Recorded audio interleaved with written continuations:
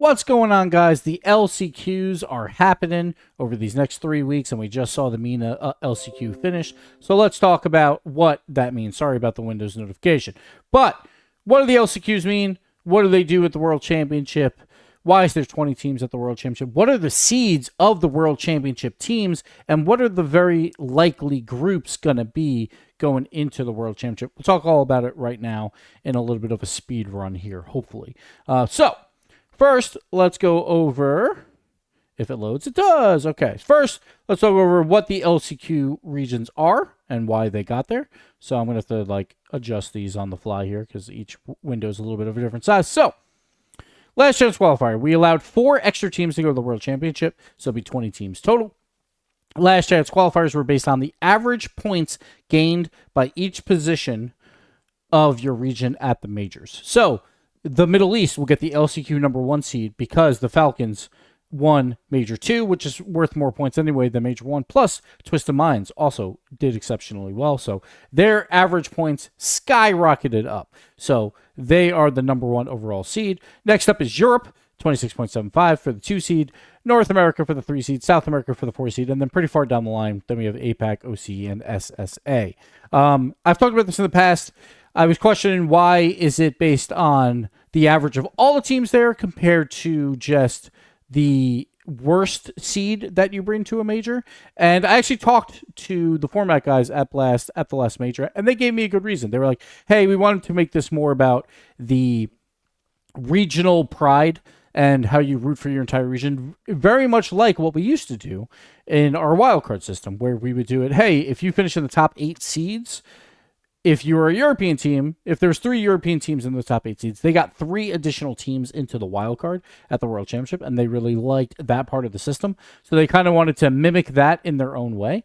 And that is how we got these. And I think that makes a lot of sense, obviously, to get more regional pride out there, so you're rooting for them all.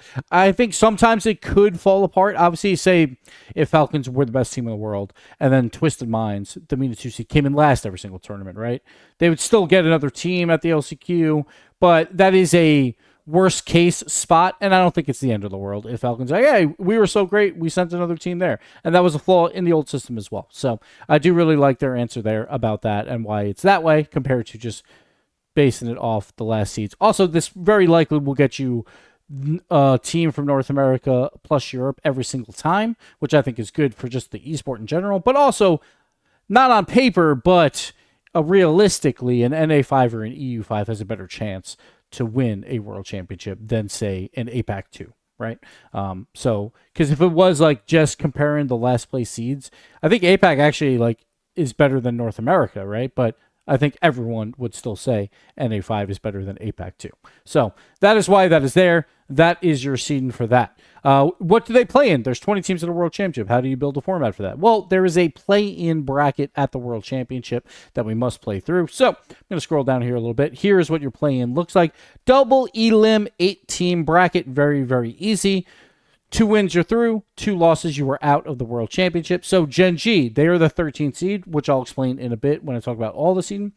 They get the LCQ 4 seed, which would be the SAM team that makes it out this weekend. Then you got FUT Esports. They get the LCQ seed 1, which is Rock Esports from MENA, who just qualified. Then you got Virtus Pro. We'll play the NA LCQ team. And then TSM gets the EU LCQ team. So I'd say the bottom side of this bracket, pretty stacked. But at the same time, NA5 and EU5 probably in the upper bracket, I would say. Now you can see my mouse. But on the other side, it's very likely a Gen G. It could be a SAM 3 versus a MENA 3, right? So I would say that this side may be a little bit tougher, but this is only for the first 2 teams through the uppers. Then everyone plays through the lower bracket to get your last 2 teams. Then we're back to our normal amount of teams at a World Championship. How are they going to play it? Well, it's going to do a group stage this time. No Swiss. What that means, group stage, double elim yet again. Basically, the whole tournament is double elim until you make it to the top 4. But they change up matchups just slightly because they're in groups and not just a full double elim bracket. So, Group A, Group B, what this means is in Swiss, seeding really doesn't matter all that much because you have 3 chances, which is much different. If you go 3-0, you're better than 8 teams, right? Like you're better than half the field immediately, and you probably deserve it to be up there. If you only get 2 wins, you're only better than 4 teams, or at least 4 teams in your group, includes yourself. You're the 1 seed out of that 4 teams. So it's like, it's a little less accurate. So the seeding is going to be very important of how you get seeded here. Obviously, the seeding is based off major performances, which we'll get into now. And I'll give you a good guesstimation on what these groups will look like. So we go over to how the seeding works. So let me just change how this looks just yet again, because everything's a little different. We do it on the fly here, ladies and gentlemen. All right, so world seeding. Here's what it looks like. You have your 50% is based on the initial Raleigh seeding. I'll get rid of these filters so you can see it a little better. So it's based on your seed coming into the event.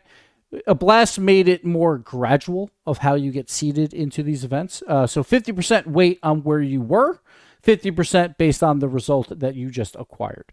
There's a couple nuances to that. Is if you lose in the same part of a bracket in the top 8, you both get the higher seed. So if you lost in the top 4 round, you both get 3rd. But in the bottom side of the bracket in the Swiss, it is divided up by buckle score and then initial seed. So you will not have a tie down there. I personally don't agree with that necessarily. I think if you're going to tie at the top, you should probably tie at the bottom. But it is how it is for this year at the very least.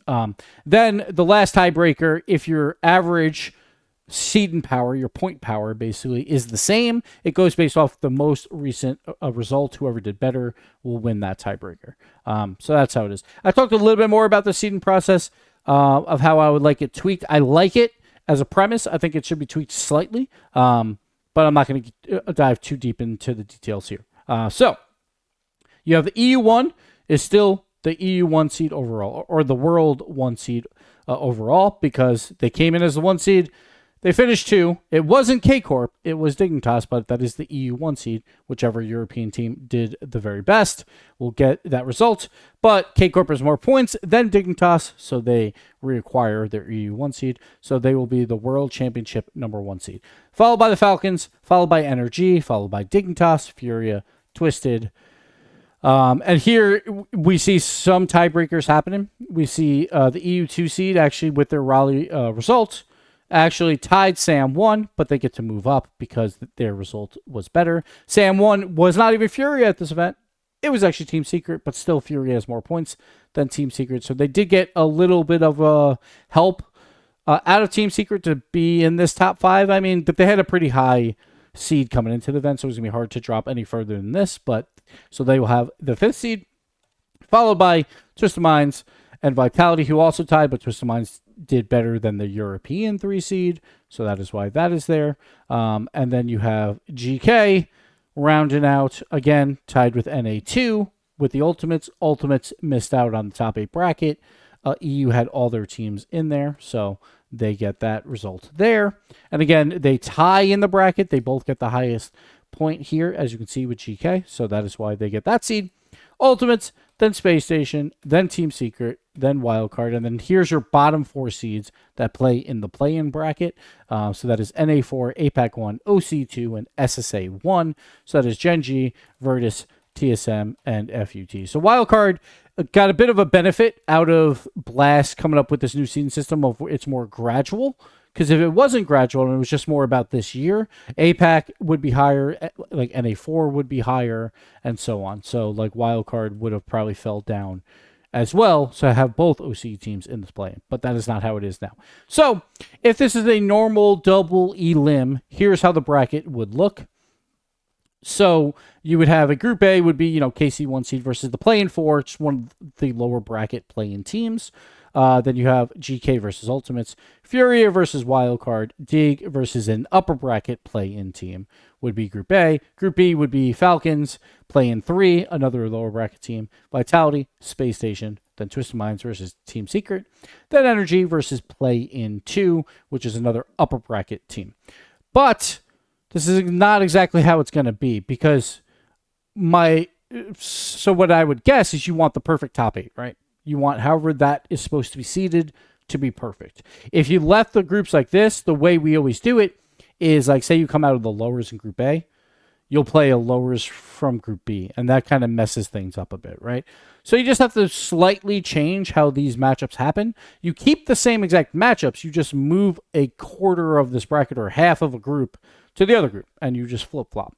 So this is very likely what it'll look like. Again, I am guesstimating here, but I would say like it's very likely that this is what you would get. So all I did was just change these bottom two from Group B over to Group A, and then these bottom two from Group A to Group B. The same exact matchups. One thing that is lovely, and if this does happen, is we actually have a lot of international matchups across the board, which is awesome. KC versus Playing 4, we don't know necessarily yet. They do have another European team in their quadrant, and then Ultimate. So this one's pretty crazy hard, right? You have one NA team and an NA2 team, and 2 European teams. But every other one is pretty nice. You have Mina and Sam and NA, and then an LCQ team. You have Mina, EU, and then NA here. And then you have Sam, you have OCE, and you have EU as well there. So every other group, super international. This is very likely what it'll be, because what this would happen is if every top seed wins, you would get this. Here's what it would look like at the end of the day, right? So you have your uppers, you have KC versus Dig, which would be a regional matchup, but that's okay at this point. Falcons versus NRG in the other top 4 round. Lowers would be Furia versus GK. And finally, we would have Twisted Minds versus Vitality. I assume, and again, I'm assuming some of this stuff, they want to plan to make the top 8 the perfect top 8, right? And how you do that is by modifying these groups slightly. The one thing I'm not like a huge fan of is we don't necessarily even have to call these Group A and Group B. You could just do straight double elim, because that's all this is just double elim anyway. Because if you lose once, you're in the lower bracket anyway, right? And this whole tournament is just double elim until you reach top 4. Then it turns into a 1 life bracket. So you can modify these groups, but at the same time, you could have just had a double elim bracket. I guess it looks cleaner. It's a little easier to read when you have like a Group A and a Group B. But personally, I would just probably get rid of groups and just put them into quadrants or whatever. And then like have them move into other quadrants and so on and so forth. But this is how it is. It's not that big of a deal. It just slightly changes matchups, right? So this is what it would very likely look at. But these groups, I would say, are like very likely to happen. So if you're wondering how the groups play out, here's what it'll very likely look like. International matchups across the board in round 1, and then we have only one quadrant until the play-in happens, has 2 from a same region, and that is that top quadrant of Group A, where GK and KC could potentially meet in that upper bracket or lower bracket. So that's how that all plays out. But this is what we're looking at. The LCQs are happening. Make sure you go watch Sam this weekend. Then we'll have the traditional casters of NA. We'll do the NA LCQ, and then I'll be on as well for the European LCQ in 3 weeks' time. So definitely go check that out. It's going to be a lot of fun. I hope you got some information out of this. If you have any questions, feel free to throw it in the YouTube comments below. But that's it for me. I'll catch you later. Bye-bye.